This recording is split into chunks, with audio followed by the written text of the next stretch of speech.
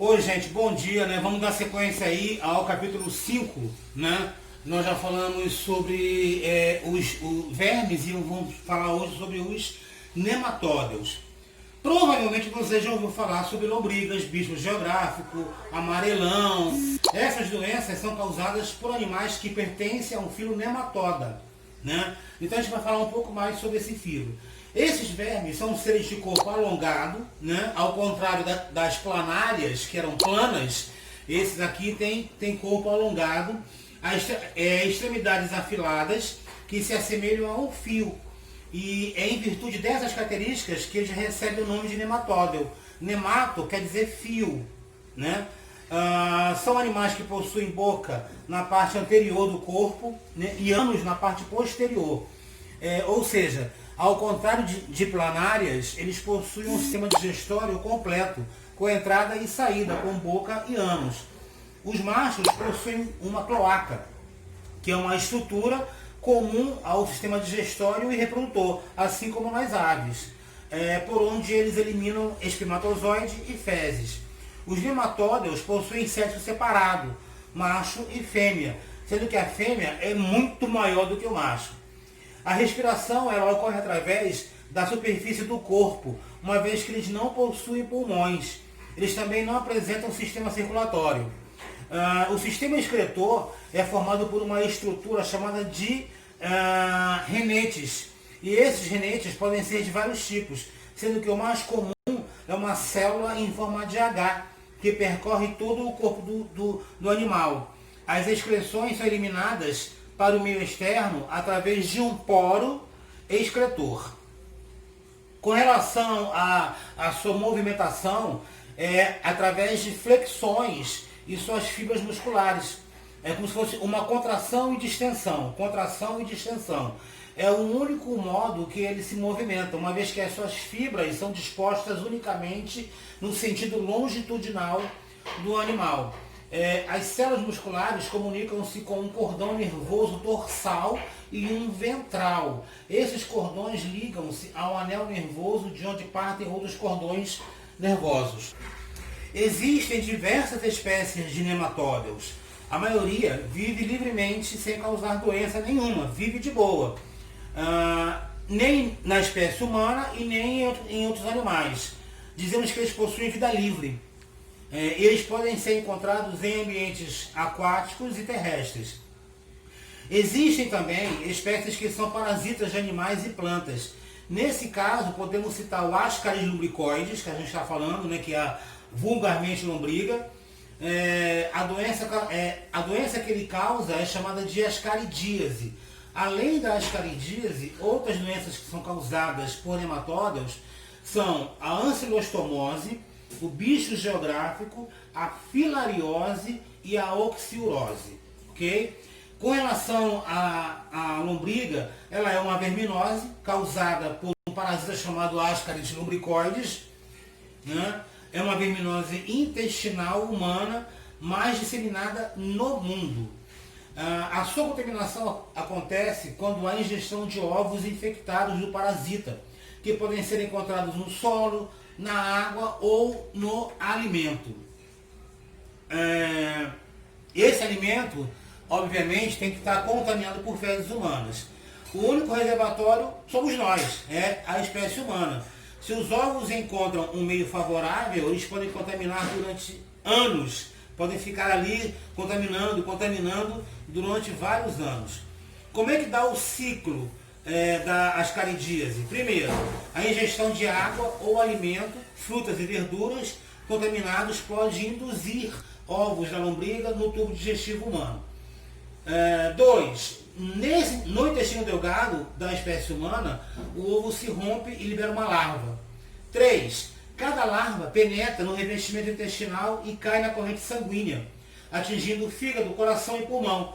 Lá ele sofre algumas mudanças de cutícula e aumenta de tamanho.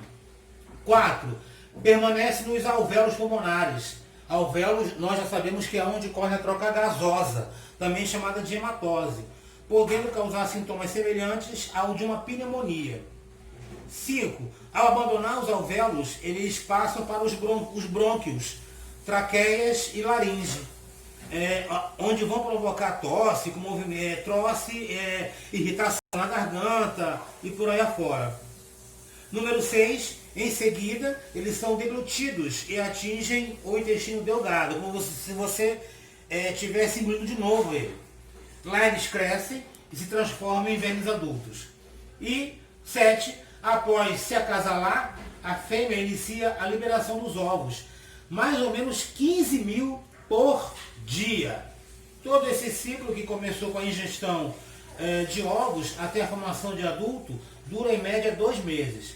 8, os ovos são eliminados com as fezes. Dentro de cada ovo dotado de uma casca protetora, ocorre o desenvolvimento de um embrião, que após algum tempo origina uma larva. 9, finalmente, os ovos contidos nas fezes contaminam a água de consumo e os alimentos. E aí o ciclo tem novo início. Quais são os sintomas? A maioria das infecções são assintomáticas, tá? A larva se libera do ovo no intestino delgado, penetra na mucosa e por via venosa alcança o fígado e pulmão, de onde alcançam a árvore brônquica. Junto com a secreção respiratória, são deglutidos, atingem o intestino, onde crescem, chegando ao tamanho de um adulto. Em várias situações podem surgir sintomas dependendo do órgão atingido. A ascaridíase pode causar dor de barriga, diarreia, náuseas, falta de apetite ou nenhum sintoma. Ela pode ser totalmente assintomática. Quando há grande número de vermes, pode haver quadro de obstrução intestinal, né? Ou seja, é formada uma bola de vermes que acaba obstruindo a luz do intestino delgado. A larva pode contaminar as vias respiratórias, fazendo o indivíduo apresentar tosse, catarro com sangue ou crise de asma. Se uma larva obstruir o colédoco, pode haver icterícia obstrutiva. Tá? Icterícia é quando a pele da gente fica meio amarelada. Como é que é feito esse diagnóstico? O diagnóstico é feito pelo exame de fezes, né? Pega as fezes do indivíduo e faz a pesquisa para ver se existem ovos do Ascaris. Como é que eu trato isso? Existem remédios que são específicos para erradicar a larva do organismo humano, todos por via oral. Como é que eu previno isso? Através de medidas de saneamento básico. Não tem jeito, tem que dar destino adequado às fezes. Tem que tratar os portadores da doença, não é isso? É o tipo de doença que está muito mais presente em país tropical e subtropical. Aí enquadra-se a gente, né? Devido às más condições de higiene, a utilização das fezes como adubo, tudo isso contribui para a prevalência desse verme. Falou? Dando sequência aí, gente, a gente vai falar sobre o ancilostomídeo, né, que também é conhecido como amarelão. A ancilostomose ela é uma doença causada por um verme nematóide, né? As formas adultas desse parasita se instalam no aparelho digestivo de seres humanos, onde eles se fixam na porção que compreende o intestino delgado e eles se nutrem basicamente de sangue do hospedeiro. E isso vai gerar uma anemia, né?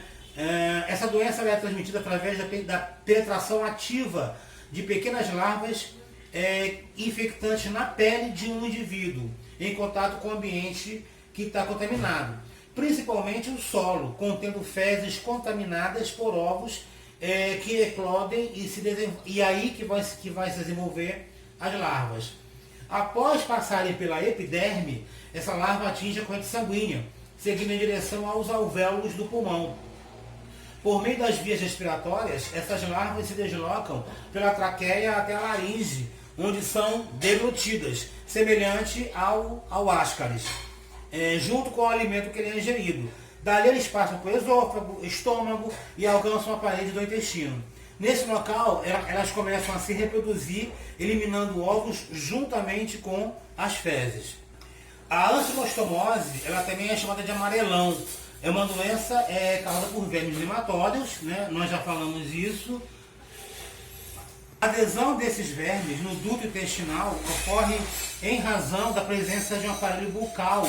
Esse aparelho bucal do verme, ele possui pequenos dentes que se prendem na superfície interna da região duodenal, o duodeno.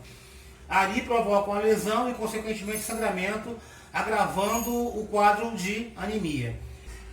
Essa doença pode ser controlada mediante as seguintes medidas profiláticas. Medida profilática é aquela que você vai utilizar para evitar que a doença se instale. Usar calçado, né? Isso evita contato íntimo da sua pele com o solo que pode estar contaminado. Fornecimento de infraestrutura básica para a população, saneamento básico. Ter o máximo de cuidado quando as crianças estiverem brincando em parques e por aí afora. Educação da comunidade, tratamento das pessoas que estão doentes, identificação dos sintomas, como por exemplo anemia, infecções pulmonares, fezes com rajadas de sangue, né? Indisposição física. Como é que se trata isso, gente? Com o vermífugo, né, como albendazol, e obviamente devidamente prescrito pelo médico, ok? Então, gente, por hoje é isso. Faltaram outros vermes, como por exemplo o oxiuro, que nós não falamos, mas se a gente começasse a falar dele ia ficar muito longo, aí a gente vai continuar daqui uma aula, ok? Um abraço a todos e saúde aí.